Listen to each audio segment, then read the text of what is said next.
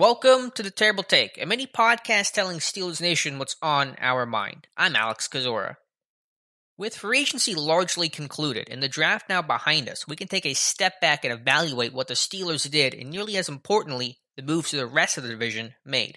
Point blank, Pittsburgh went backwards while the rest of the division either got better or at worst, stayed about the same.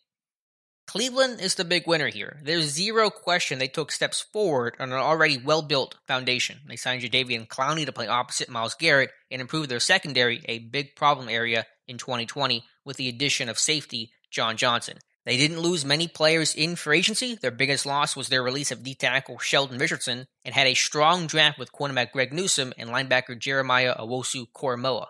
Cincinnati also went in the right direction, even if they were setting themselves a low bar. Sure, they could have done a better job upgrading their offensive line, but they at least added Riley Reiff on the right side, a massive upgrade over Bobby Hart, who was routinely torched by TJ Watt.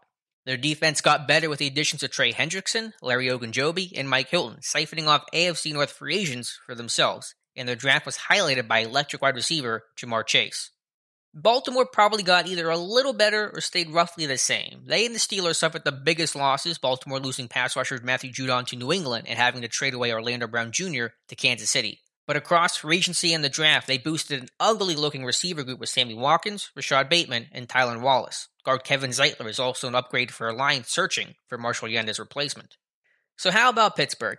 I don't think it was the free agency bloodbath I feared. They kept Juju Smith-Schuster and Cam Sutton, but this roster isn't as good as a year ago. No Bud Dupree, no Mike Hilton, no Steven Nelson, an offensive line that probably needed turned over, but one that still carries major question marks. Free agency was light with low-level signings, and the draft was focused, but not fantastic, and overall, this team just isn't as good, starters or depth, than it was in 2020.